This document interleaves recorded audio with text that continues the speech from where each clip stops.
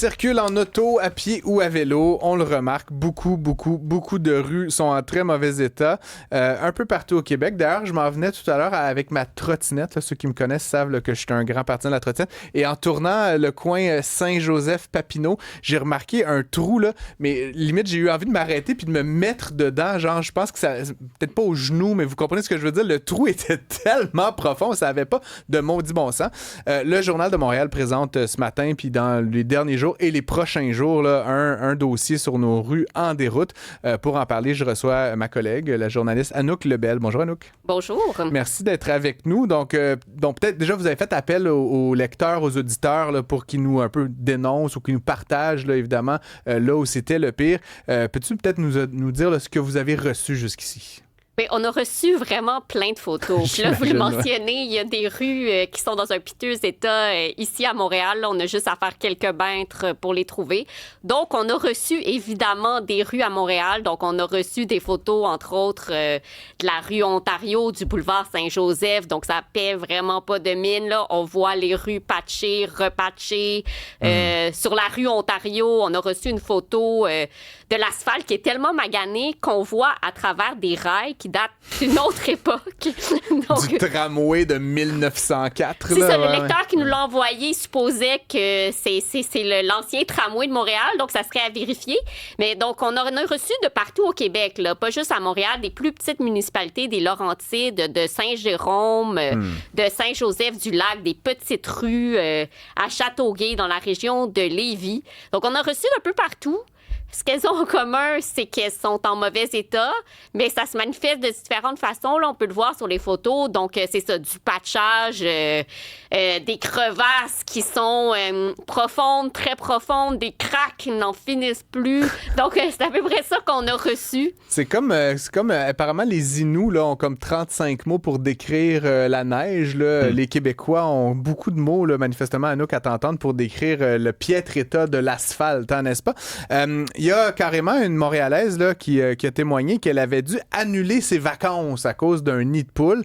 Ça fait quand même beaucoup de dommages. Là, par-delà rire là, que c'est pas beau puis un peu inconfortable. Ça peut faire d'importants dommages aux véhicules des individus, tout ça. Oui, et cette pauvre Montréalaise, donc, son premier jour de vacances, elle allait chercher à Boucherville sa roulotte. Sa roulotte qui est usagée, mais qui était en bon état, d'une valeur de 28 000 $. Donc, 5 minutes après son départ là, de l'entrepôt, donc la roulotte rentre dans un nid de poule. La roue se détache et ce qu'elle a dit à ma collègue Marianne Lafleur, c'est que littéralement, elle a vu de son rétroviseur la roulotte, bon, on en rit, mais c'est pas tellement drôle. La roulotte se détachait dans les airs, là, parce qu'on le voit sur la vidéo. Donc, la roue se prend dans un premier nid de poule, la deuxième roue dans le deuxième nid de poule. Et là, littéralement, la roulotte se détache de son cadre. Donc là, on peut plus partir en vacances, on se l'imagine. Puis, donc, il y a des dommages matériels, mais donc, la femme qui s'appelle Samantha Chahine a aussi eu elle a eu le dos barré pendant 2 jours. Donc ses vacances sont gâchées. Pour ceux qui nous écoutent là, à l'audio, là, on a pu voir la vidéo. Là, c'est quand même extraordinaire. Là, cette roulotte là, qui saute, là, je sais pas, 3, 4, 5 pieds dans les airs. Là, c'est quand même assez extraordinaire. Et donc, l'essieu s'en détache, là, ultimement. Donc, on sent bien que c'est pas quelque chose qui se répare là, avec 3 boulons. Je voulais un peu t'entendre, Anouk, parce que, ultimement, bon, les routes, là, la grande majorité de ces routes-là dont on parle, c'est les gouvernements là, qui sont responsables de les entretenir. Beaucoup le gouvernement du Québec, là, une majorité d'entre elles.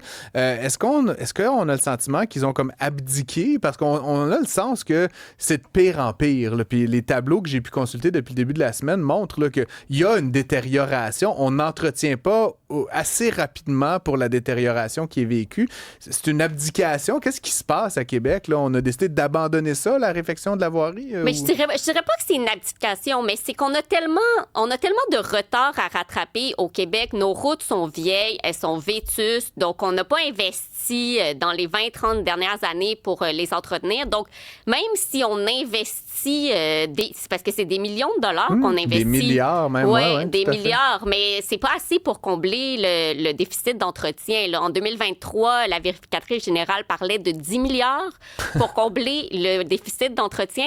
Donc là, c'est pas assez. Puis, donc, il y a les gouvernements, mais il y a aussi les municipalités. Les municipalités n'ont pas d'argent pour faire plus que ce que les experts me disaient. C'est, dans le fond, ce qu'on fait, c'est qu'on met un plaster sur le bobo. Mais le plaster, ça va pas durer 15-20 ans comme ça devrait. Il faut recommencer année après année. Puis donc, on le voit là, sur nos rues, là, les traces d'asphalte qui sont comme des plasters sur le bobo. C'est pas de l'entretien des routes en profondeur. Donc, je dirais pas qu'on a abdiqué, mais clairement, il faudrait investir davantage pour que les routes soient en meilleur état. Le journal fait quand même œuvre utile là, en faisant cette publication, puis ce dossier, puis bon, plusieurs articles. Vous le faites pas nécessairement à chaque année, mais j'ai mémoire là, que ça revient, cette conversation-là, sur l'état pitoyable de nos routes.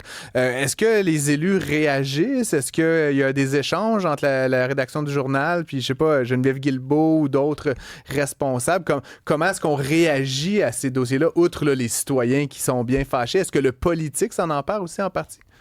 Bien, pas pour l'instant. On n'a pas eu de réaction du cabinet de la ministre Guilbeault pour notre reportage. Par contre, on a des élus des municipalités qui ont manifesté leur mécontentement, leur désarroi. Parce que une des régions où c'était le pire dans les données du ministère des Transports, c'est en Abitibi-Témiscamingue. 71% de mémoire des routes qui sont en mauvais état. Donc, il y a des élus municipaux qui se sont manifestés.